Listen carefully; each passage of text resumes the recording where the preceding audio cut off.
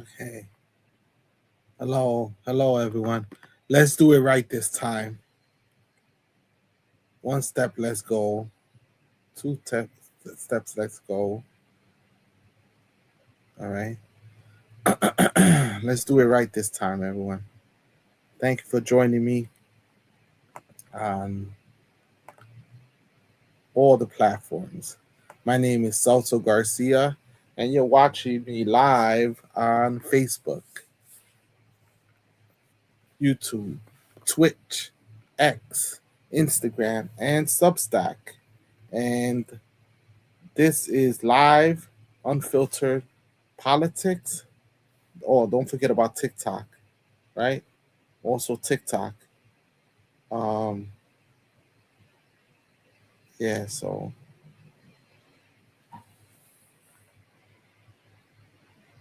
give me 1 second. It's acting up. The platform is acting up. Keeps changing my the title of the program, right? So let me just change it real fast. These are the growing pains, right? What they call the growing pains. Or maybe I copy and pasted the wrong title, right? Maybe I'm the one that did it. Maybe I'm guilty of it. Oh, okay. Yeah, I'm the one that's guilty of it. I copy and pasted the wrong thing. Oh, yeah. Yeah, I copy and pasted the wrong title.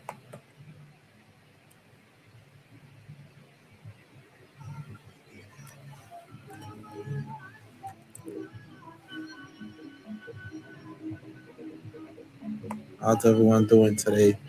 My name is Celso Garcia. It's nice to see you live from New York City. You know, people got to be loud around here.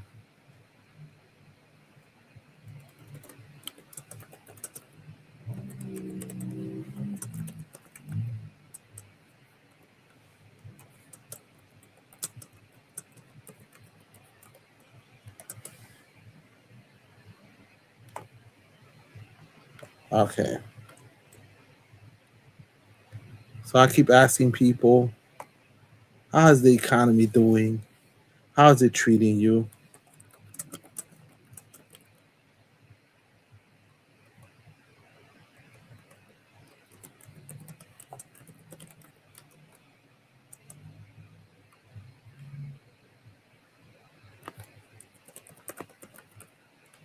That's my question. How's the economy treating you, everyone?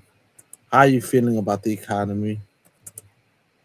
We saw all the drama that happened yesterday at the correspondence dinner. It was a five-star dinner at a fancy hotel, but are most Americans feeling like that? Are most Americans feeling that vibe of right? Are most Americans feeling that vibe of how the economy is doing? They're feeling the same way that everyone else is feeling, right? How's everyone else feeling about the economy, right? How's everyone else feeling about the economy, right? That's the question. How's everyone else feeling about the economy, right? Let's change the title one by one. Give me 1 minute. These are growing pains, right? Trying to rush to do things. And when you rush to do things, this is how they come out, right?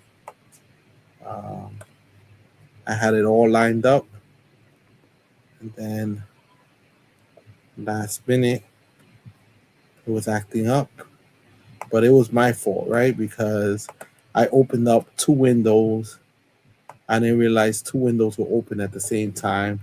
So I had two titles, and it took the first title that I had put up. So I'm switching the title right now as we speak. Um, as we speak. How's the economy doing? That's my honest question to every single one of you. The answer is different to every person, right? We could point out that there's two economies. There's the economy for the super wealthy, for the rich, for those people that are in the upper echelons of society. They're doing good, right? Those people invested in the stock market. And you know that 95% of people are not invested in the stock market. The majority of people that do have stocks, the stocks they do have are um, the stocks that people do have are not in the stock are in their 401ks, right? So when they say, "Oh, the stock market is doing good, therefore the economy is doing good," it's not necessarily true, right? It's not necessarily true that because the economy is doing good, that people in the inner city or people in the rural areas or in a farm are doing well. Because most people, the only exposure they have to anything, to the stock market, to stocks, to trades, they don't care what happens with the full for with they just pound it down our throats, right? On a daily basis. The first thing you see in everything and every news agency, the first thing you see is they speak about the economy, right? They speak about the stock market like if they go hand in hand, but they don't. And this is the issue that we're having. Let me play Robert Reich and his take a little bit on Most Americans what's rightfully happening. believe that money corrupts our politics, and they want to overturn Citizens United. And yet, in two little noticed cases, including one spearheaded by Vice President J.D. Vance, the Supreme Court could soon do the opposite, eliminating the last restrictions on campaign donations and obstructing law enforcement's efforts to halt bribery. To explain, investigative journalist David Sirota of The Lever. Do you feel like your voice matters when it comes to our politics? No? I'm not surprised. The public effectively has no impact on legislation. That's because rich and powerful interests and their right-wing political allies have been executing a decades-long master plan to buy our political system. And it could get a whole lot worse due to several recent court cases. If that sounds depressing, it's because it is. But there are ways to fight back. Now, you probably know about the Supreme Court's 2010 Citizens United case that opened. And so basically, the way they control the narrative is by controlling the politicians and making sure that the politicians vote in favor of. Sorry, my throat is raspy today. Um, so, okay, so the politicians vote in favor of maintaining this economic system of the rich getting richer, and they help pass laws to favor the rich. A lot of people argue that the system is designed for the poor to fail and for the rich to thrive, right? Even for the um, even for the founding fathers, they set up the Constitution in a way that could be interpreted in different ways, right? Well, the way the Supreme Court is interpreting it now is interpreting it as a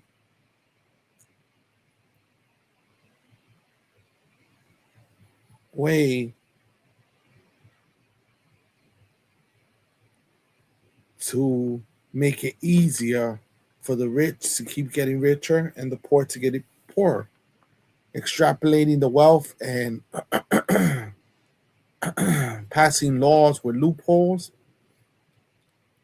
that make it easier for the rich to make more money off of the economic system that we currently have, right? And so I ask everyone, is the economy doing well? Or do you think the economy is doing bad based on your opinion? Based on my general understanding, the economy is not doing very well because when people have less jobs, people are making less money. It's basically hurting the average person, right? Even though a lot of people don't see it that way. A lot of people might not see it that way, but me personally, I see the downfall and the way the economy is not really serving the majority of members in society, right? It's not helping people with these type of cases that allow unlimited spending. And who gets to spend? The rich, because the rich are the ones that control the majority of money. So it's a big circle. They spend money on the politicians. The politicians pass laws in their favor and against the average person. And then the average person, they make sure that they don't allow people to have political power and to have laws passed in favor of the working people and an agenda of affordability to make it easier. Instead, we get what Donald Trump passed. The first thing he did when he got into office was pass a huge tax break for the rich. Right now, when the tariffs, the Supreme Court ruled against the tariffs, and now Trump is talking about giving the tariffs back to the regular people. No, he's not. That's what he promised. He was going to return it to the regular people, but instead he's going to reimburse it to the companies. And like I saw the New York Times piece that people have been paying higher prices across the board. So why, if people are paying higher prices across the board, why are the companies not going to refund that money back to the consumer? The people that bought the higher price items are not going to get a refund, right? They're not going to get a refund. So in the end of the day, the companies are going to make a lot more money.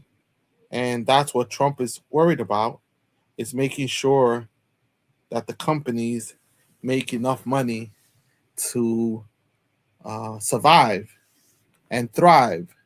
And this is what Citizens United does. It opens up a floodgate of money that could be pumped into politicians, elections, gaining power, and changing the balance of power from the regular people to the elite. The floodgates to unlimited election spending by outside groups like corporations. In that case, justices ruled that corporations were people whose speech, including their political spending, could not be limited. It gutted campaign finance laws established to rein in corruption and restore public trust after the Watergate scandal. With this ruling, the conservative justices conjured the legal fiction that unlimited spending by those seeking to shape public policy does not give rise to corruption or the appearance of corruption. I think the 75% of Americans who oppose Citizens United would probably disagree. But Citizens United is far from the only Supreme Court case that's corrupted our democracy.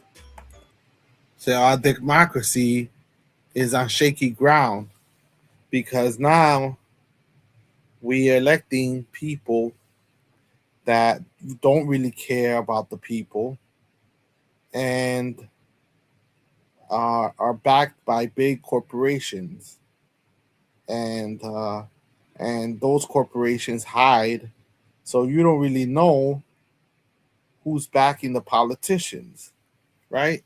So it's like a big circle. It's a huge circle, and the people affected are people like me and you that want to get involved, want to fight against the system, want to make sure that our voices are heard, and then we get frustrated because our voices are not heard. Our voices are not um, even taken into consideration when they make decisions. That's why when you lobby people like Schumer, you call him, you write him letters, and he still makes the same decision, right? He still makes the same decision because the donors and the corporations have an outside influence on how politicians make decisions. And in the end of the day, we have a tale of two cities. We have the have and the have not. You are aggravating people's not having anything by allowing the corporations to run the show and and pretty much control the whole narrative of how we should run our politics. And so it's not for the people, by the people. It's now by the corporations that have an outside influence, right? Their influence is a lot greater than your influence and my influence, right? And this is what they don't want you to see. They don't want you to see videos like this. Support the channel, everyone. Hit the like button, hit the subscribe button, comment below. How do you think the economy is doing? And we're going to get into it. I'm just laying the groundwork for how the economy is doing based on why the rich have an outside influence, more influence than the average person. In Snyder v. United States, which was decided in 2024, the Supreme Court overturned the corruption conviction of an Indiana mayor who pocketed thousands of dollars from a local business tycoon after ensuring the tycoon's company got a big municipal contract. The push to overturn this conviction, which was backed by powerful business groups and conservative think tanks, it resulted in the High Court ruling that such payments to government officials are not illegal if they're made after an official action takes place. The court's conservative justices ruled that these kinds of payments to politicians are not bribes. They're now gratuities, like you leaving a nice tip for your waiter at a restaurant. Now, it just so happens that Justices Clarence Thomas and Samuel Alito backed this ruling after they accepted lavish gifts and trips from billionaire benefactors. But all of this isn't enough for conservatives and the oligarchs' bankrolling. The MAGA legal world is pushing two other cases that would make it even easier to buy elections, politicians, and public policy. The first case, National Republican Senatorial Committee versus the Federal Election Commission, it's already been accepted by the Supreme Court. Originally brought by then Senate candidate J.D. Vance, this case aims to get rid of limits on political parties' coordinated spending with candidates. J.D. Vance and the Republican Party are claiming that this type of political spending, by definition, can't be corrupt or even appear to be corrupt because political parties pool money from many contributors. They argue. So basically, you can fundraise unlimited amount of funds, and these funds should be able to be allowed to be used for anything. And in tantamount, that's a bribe, right? Because if you can use the money for whatever reasons you want to use the money, then that's your money. That's your personal piggy bank, right? So that's the illusion of corruption. But it doesn't matter, right? And you say, what does that have to do with the topic? How is the economy doing? That's why. If you're on top of this food chain, the economy is doing wonderfully for you. You're loving the way things are flowing, the way things are being done. You love the way things are working out. But if you're in the bottom rung of the economy, you're not getting any benefits from the economy. You're not getting anything out of the economy. All you're getting are bills and more bills, and the whole system is shaking because money's being gutted from those institutions that are supposed to be watching over and regulating the the systems of the economy, right? So if there's no regulation, then the bad actors, the corporations, can do as they please, right? They don't have to follow the environmental rules. They don't have to follow the labor laws. They don't have to follow the standard practices of safety, OSHA or all these other rules, because if there's no one ever checking on them or reining them in, they could do as they please. And that's why Donald Trump has been attacking the civil service and trying to get rid of federal workers at a massive scale, because less regulation allows them to get richer faster, and no one can tell them what they're doing is wrong because all regulations have been torched, right? The laws might still be there, but there's no one to enforce the laws, right? Which is the primary job of the executive branch, which is to enforce the laws of the United States. But if there's no agency or institution there, you could turn blue in the face, and there's no one that's gonna actually gonna rein in anyone. That means no single donor can exert corrupting influence, and so the money shouldn't be restricted. In essence, they're asking the Supreme Court to believe that a bank CEO's donation to a political party coordinating with a lawmaker's campaign can in no way influence how that lawmaker then drafts banking legislation. The other case, Sittenfeld v. United States, So that has to do with the concerns banking. federal anti-bribery laws. Now, it's already hard enough to prosecute bribery thanks to the Snyder case and decades of similar cases that have slowly chipped away at anti-corruption laws. Over the years, the court has overturned corruption convictions of Democrats and Republicans alike. This new case, Both sides however, are in on could it. take the Supreme Court's legal assault even further. Former Cincinnati Councilman P.G. Sittenfeld asked the Supreme Court to overturn his bribery conviction after he was convicted for accepting $20,000 worth of campaign contributions in exchange for supporting a local development project. So it doesn't matter, right? You could do whatever you want, and no one could tell you what to do. And so now we're supporting oligarchs and an economy where the super rich can get richer and richer, and the politicians can't say nothing to them, right? They can't say nothing to them to restrict them. Listen to this. This is bizarre, right?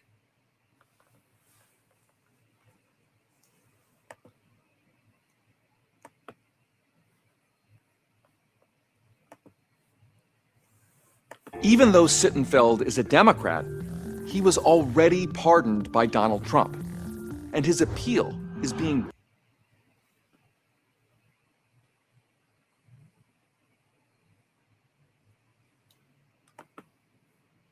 backed by major conservative groups, while his lawyer is Donald Trump's former Solicitor General. So this case is not just about absolving one local official. It's about absolving an entire system of corruption, and their arguments make that clear.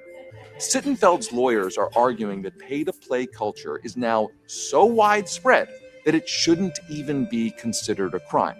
They literally write that the situation is like, quote, donor interactions undertaken every day by politicians at every level of government, and therefore it shouldn't be prosecutable. They specifically cite reports of Donald Trump soliciting oil executives for $1 billion of campaign cash in exchange for pro-oil policies. They argue that that's the kind of thing that could be prosecuted if Sittenfeld's conviction is allowed to stand, as if that would be a bad thing. Now, they're not wrong that pay-to-play culture is pervasive in government, But the solution is stronger enforcement of anti-corruption laws, not weaker. However, the Supreme Court doesn't seem to agree. It vacated Sittenfeld's conviction and sent it back to lower courts for further review. But the High Court did not rule on the merits of the case or offer a rationale for overturning the conviction, leaving the rest of us to guess as to whether similar corruption cases could be successfully prosecuted in the future. Corruption is the crisis creating every other problem. Again, do you want to know why it feels like Congress can never get anything done that actually helps regular people? It's because of everything I just described. We can't rely on the Supreme Court or Donald Trump. So we have a corrupted system that favors the rich and doesn't favor the regular people like you and me, right? It doesn't favor us at all, right? The system has been corrupted, and regular people don't have a chance, right? We don't have a chance. As much as we want to have a chance, we want to have a fair chance, a fair shake. And so the whole system needs to be changed, right? But no one is going to have the will of changing the system, right? Thank you for joining, everyone. You're appreciated. Follow, share, and like the video as much as possible. Also, feel free to comment, right? Feel free to comment. This is the stuff that people don't want to cover and has to be covered, right? It has to be covered. Someone has to cover this stuff. And so Or any it's interrelated. politicians. It's interrelated. The whole setup of the system and the way we represent it. And in the end of the day, our success at doing the things we want to do and being like the Declaration of Independence Day says, being happy, right? That we have a right to be happy. Right? You agree? So let's keep listening to him. Corrupted by big money to overhaul this broken system. But there are real solutions that we can fight for. Nationally, we can push for a constitutional amendment to overturn Citizens United. This may seem unrealistic because it requires 38 out of 50 states to ratify it, but momentum is growing. And some states are not waiting for a national solution. Montana is pioneering a way to stop the flood of big money by changing how the state defines corporations' powers. It's a template that other states can follow. The Supreme Court has ruled many times that corporations are granted their powers by the states in which they operate. The Montana proposal would use that existing authority to change its law to no longer grant corporations the power to spend on any elections inside of Montana. If Montana passes this, it's not alone a national solution, but it does solve a big part of the Citizens United problem inside of Montana. Other states can do the same inside of their states. And the more states that do it, the more Citizens United is neutered, profoundly changing all of American politics. The Holy Grail is public financing of elections, which gives qualifying political candidates public money for their campaigns so that they don't have to rely on money from big donors seeking government favors. This isn't some pie-in-the-sky idea. Dozens of states and cities already do this, which means every other state and city can too. Sure, self-financed billionaire candidates and super PACs can still outspend publicly funded candidates, but public financing gives grassroots candidates enough resources to run competitive campaigns, and sometimes even win them. Katie Wilson, These policies Zohran should be Mamdani. a no-brainer. But remember, oligarchs have an interest in undermining democracy. They know that in a functioning one-person, one-vote system, they could never pass the unpopular self-enriching policies that they want. So they're working They always hard to want maintain the corrupt status quo that lets to them suffer buy rich political themselves. outcomes. They can Always still be buying stopped, political outcomes. but only if we finally make anti-corruption the central focus of our politics. Exactly. But are we willing to do that? It's an uphill battle because these corporations have an outside influence, or oversized influence over the whole political process. So, how do we eliminate these corporations that control the narrative, right?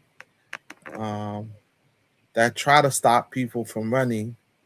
And if people try to challenge them using grassroots money, they often try to knock them out of the race by using the courts in their favor, right?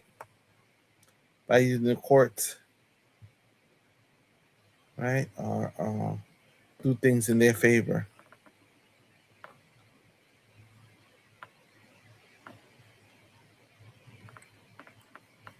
right?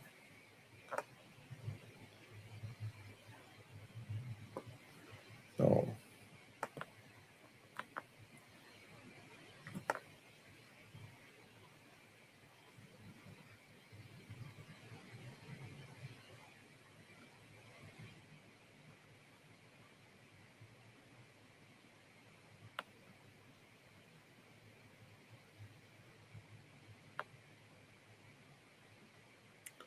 so, so this is another thing.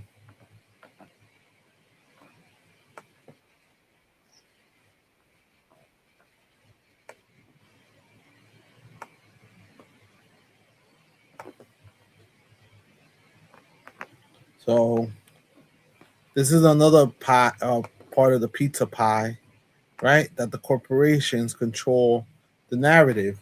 That's why you always hear them speaking about the stock market, speaking about big money, and the corporations are owned by.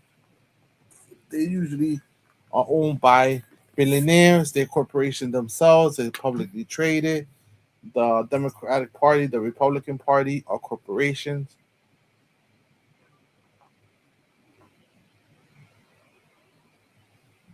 So, in the end of the day, it's not fair, but the people are not being listened to. Is the economy doing bad? It depends on where you are on the ladder. If you're the upper echelons, you're making a lot more money than you've made in the history of this country. You're getting richer and richer. Now we're gonna have uh, we have a lot of billionaires, millionaires, and they're happy where they are. Then we have the people below them that are also happy where they are. But there's a People told me it group was of pretty people that are important to take a look suffering. at this 1998 Saturday Night Live sketch. Mediaopoly, a mediaopoly, Mediaopoly. controlled by a few corporations thanks to deregulation by the FCC. You mean Disney, Fox, Westinghouse, and good old GE? They own networks from CBS to CNBC. They can use them to say whatever they please and put down the opinions of. You know, there's so many fewer outlets today. There's been so much more consolidation since 1998. It was even a problem in 1998. Give you lots of cash. And it has gotten even worse, right?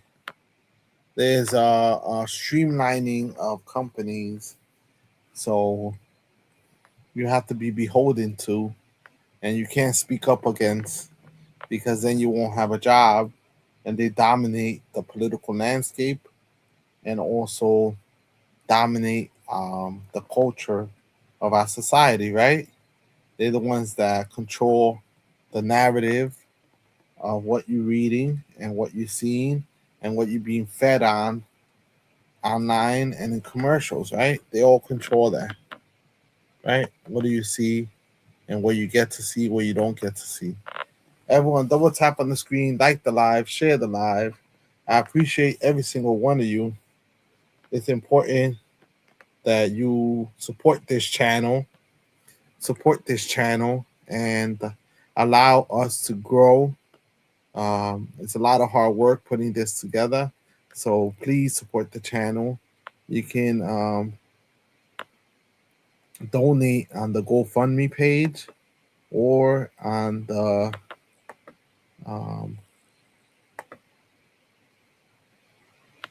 on the Cash App. If you would like to donate to the channel, it's Cash App $ Old Man Labor, Cash App $ Old Man Labor. And like I say, I'm honest with all of you. There's also another way to support it is through the GoFundMe. Is when you fight for what's right, often you end up losing your job because you fight for the right thing, right? When you fight for the right thing, not everyone likes the idea of people fighting for the right thing, right? Um, Not everyone likes the idea that someone's going to fight for the right thing, right? Hit the like button, everyone. Hit the like button. Hit the share button. Write your comments. Let's break this algorithm. Let's break this algorithm and make it easier for us to expand, right? So let's move on a little bit.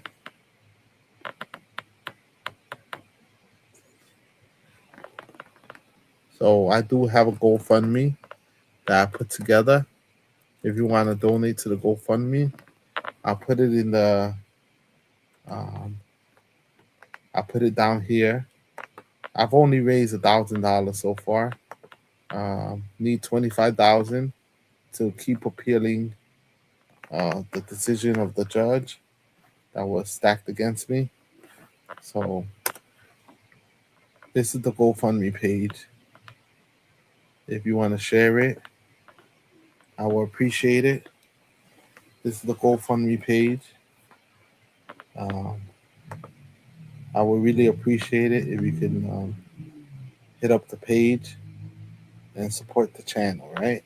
If you can hit up the page, support the channel, and you tell me, how do you think the economy is doing right now? How do you think the economy is doing right now? And they ask people how they think the economy is doing, and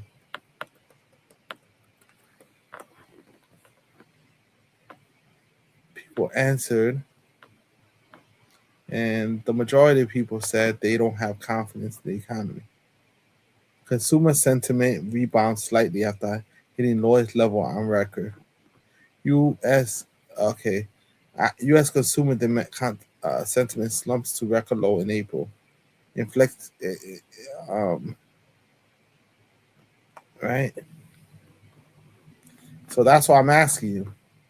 According to this survey that's conducted, most people feel that the economy is not doing good.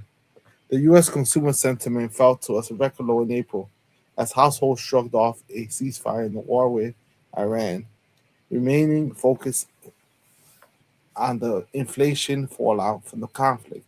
The University of Michigan survey of consumers said its consumer sentiment index dropped to a final reading of 49.8% this month, an all-time low. The reading was a slight improvement, however, from the 47.6% reported earlier this month. Economists polled by Reuters have forecast the index at 48%. It was at 53.3% in March. The deterioration in sentiment was across political party affiliation and among consumers with investments in the stock market. The Iran war has disrupted shipping in the Strait of Hormuz, boosting the price of oil and ultimately the cost of gasoline and diesel. Prices for other commodities, including fertilizers, petrochemicals, and aluminum, which will soon impact consumers, have also surged. Tehran effectively closed the strait after the start of the war on February 28. President Donald Trump this week indefinitely extended the ceasefire with Iran, though a U.S. Navy blockade of Iranian ports remained in effect. So the Iran conflict appears to influence consumer views primarily through shocks to gasoline and potentially other prices, said Joni Zhu, the director of the surveys of consumers. In contrast, the military and diplomatic developments that do not lift supply constraints or fewer energy prices are unlikely to bio consumers. Right? So everyone's getting hit hard with the prices.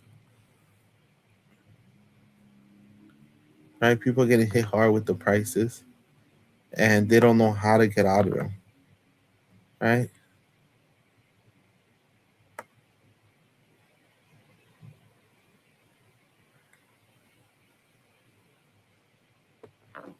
And so people are trying to invest in bonds and more safe things, thinking that maybe it's better that way. So let me see. Let's share.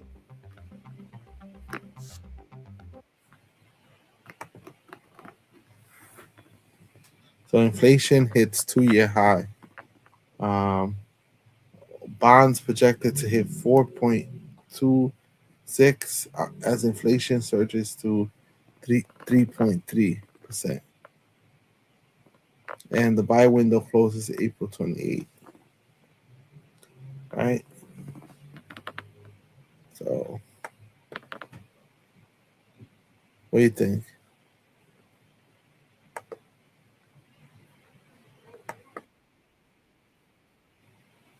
Okay. Let's listen to what they have to say first.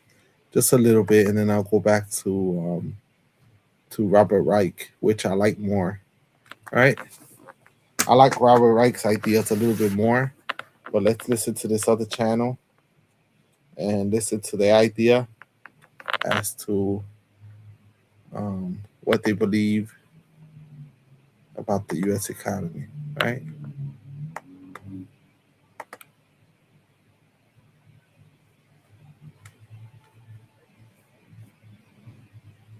Let me play this clip, and then I'll play Robert Reich again.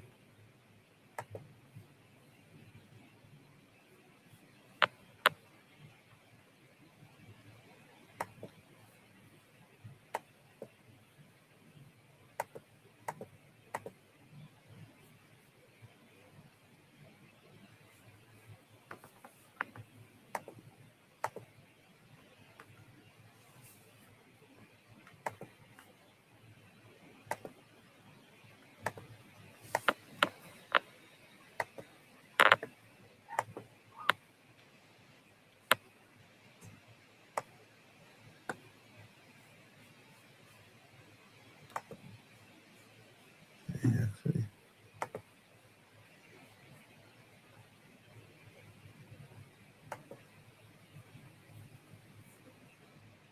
The fact that the drums of war are beating louder with every passing week. On September 16, President Xi Jinping at the Shanghai Cooperation Organization Summit in Samarkand stressed the need to prevent external forces from instigating what he calls a color revolution. On September 18, President Joe Biden, on 60 Minutes, affirmed that unlike in Ukraine, the U.S. will send troops to defend Taiwan in the event of a Chinese invasion, the clearest statement of his intention yet. On September 20, President Vladimir Putin ordered a partial mobilization of reservists, the first time Russia has done so since the end of the Second World War. Have these countries crossed the point of no return? How bad is it going to get? What does it mean for your money? I'm David Wu, a former Wall Street investment strategist with a 20-year track record of making actionable predictions about major global change. Welcome to The Money Game, where I take on groupthink, propaganda, and conspiracy theories in my critical analysis of markets, economics, and politics. Before we begin, please hit subscribe and the bell button so that you will be notified when a new video comes out. I'm joined today by David Goldman for this program, which I'm going to call the Eagle Dragon Dialogue going forward. So David, thank you very much for joining me today. You know, I've known David for around 5 years, but I've been reading his stuff for a lot longer than that. I've been a great admirer of David for at least 10 years, if not longer. David actually, in 2020, wrote a very, very well-received book called You Will Be Assimilated. It's about how China is going to be leading the world in the fourth industrial revolution and how the US is going to be slow to basically play catch up. Let's start, because there's so much to talk about. The big news was the speech by Putin yesterday, in which he outlined that Russia is about to basically call a partial mobilization of the reserves. So this is an old video, right? So I just want you to see this for a reason, right? I want you to see how the rich think, right? They think a certain way. They carry themselves a certain way, right?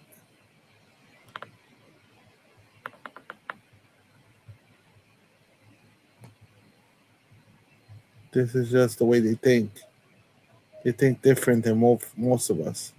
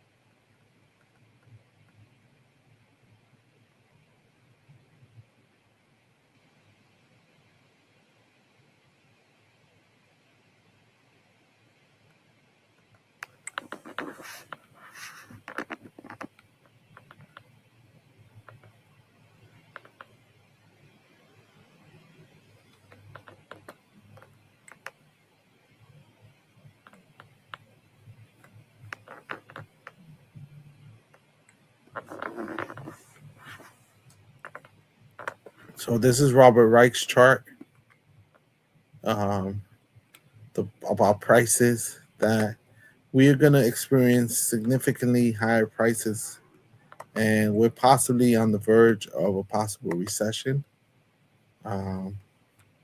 because of the higher costs to companies, which they're going to pass on to regular people, right? And so this is him showing us the higher energy costs, right?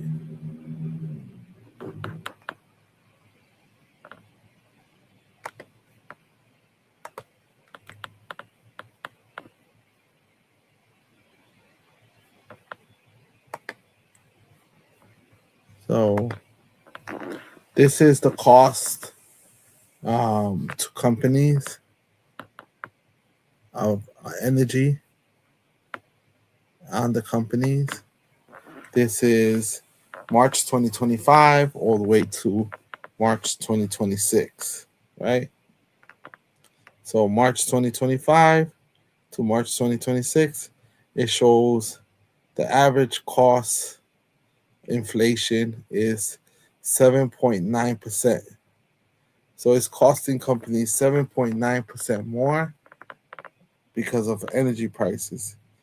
When will they pass it on to us? Probably in April. probably in May, right?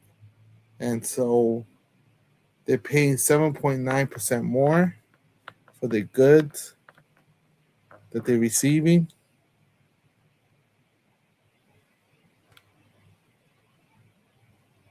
So everyone, hit the like button, hit the share button. I appreciate you all for joining me. I know statistics get people crazy, drive people crazy, but it's looking like the economy is heading to a recession. And based on the prices of inflation, the prices of things are going to go up. The prices of goods and services are going to go up. And corporations are always famous for passing it on to people.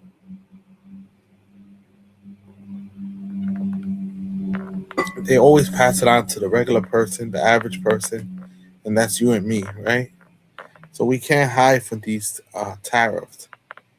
Not just tariffs that President Trump disbanded. And instead of giving the $1,200, remember he said he was going to give everyone $1,200 back? And they said there's not enough money to give people that much money. So he backed down. Instead, he's cutting companies a check. And a lot of people are saying that he is telling companies not to request for the money back to show that, hey, it wasn't bad for the companies, right? So do me a favor, hit the like, follow, share button. This economy is not doing good. The average person is the one that's feeling it.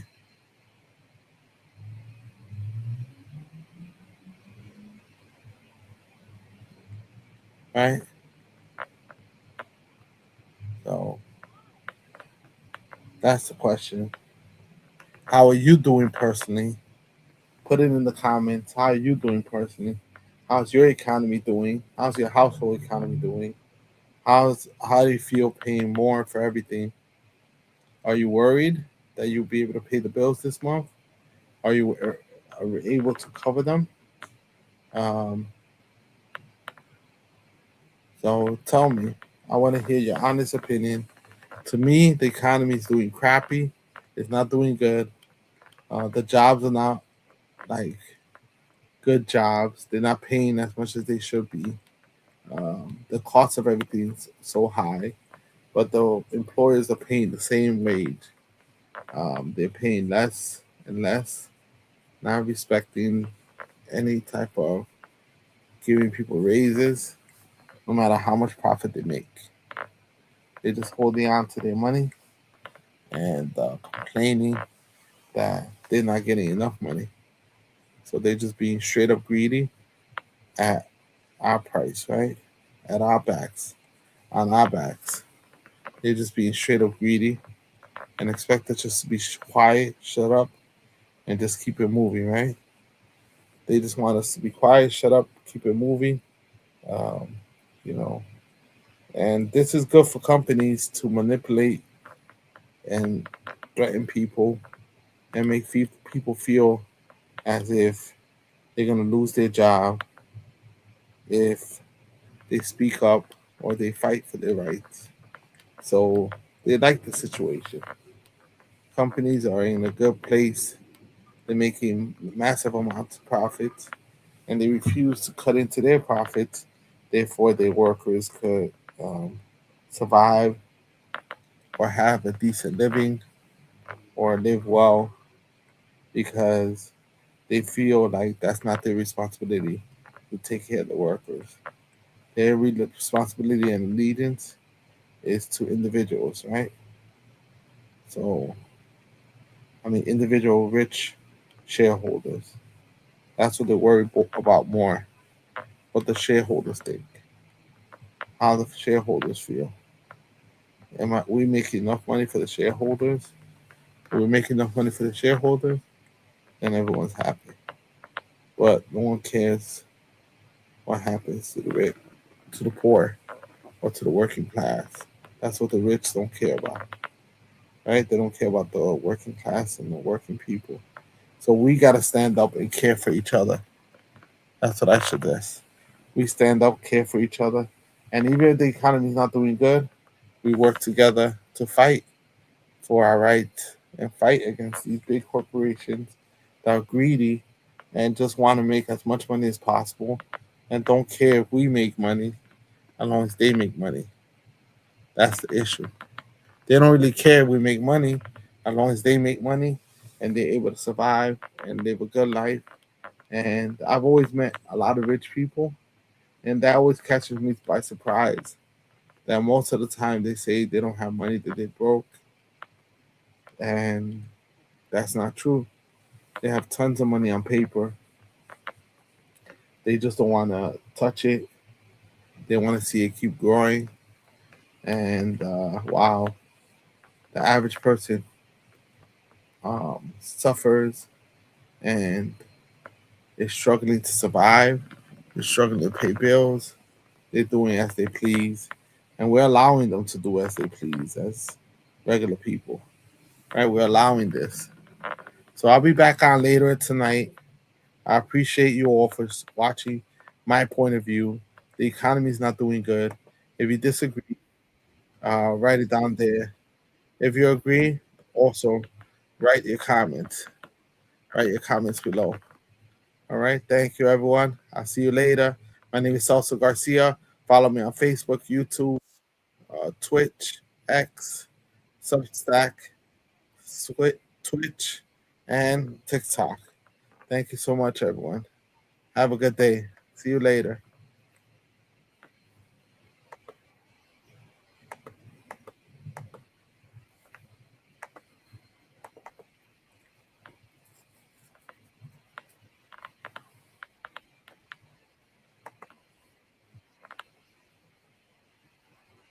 The economy sucks.